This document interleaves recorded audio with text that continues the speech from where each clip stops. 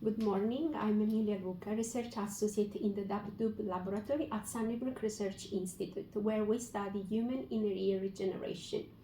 I'm also the co-founder and main referent of iRicerca Toronto chapter, the International Association of Italian Researchers. The Toronto chapter has a long-standing collaboration with the Concetta Stefanelli Foundation for Young Women in Science, which supports and assigns fellowships to talented women. Today, as a woman in science outreach, and a new mother, I wish to direct attention to our critical concern in academia, the motherhood leaky pipeline. Pregnancies and kids should not hold back women's careers. We are in 2024. How many centuries do we still have to wait for parent equality? As women in science, we should bear the responsibility to break the glass ceiling around this issue. Probably many of us experienced the psychological pressure to delay starting a family until after completing a PhD, getting a paper accepted, or securing a grant. However, I just learned that there is never a right time. The pervasive notion that certain milestones must be reached before embracing family life is a construct that demands reconsideration.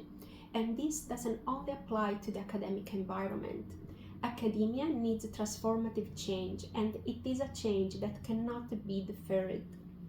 We all must foster an environment where women can pursue successful careers while embracing the joys of motherhood without hurdles. We don't need to work more, show more, or convince the community that although we are mothers, we can still be productive.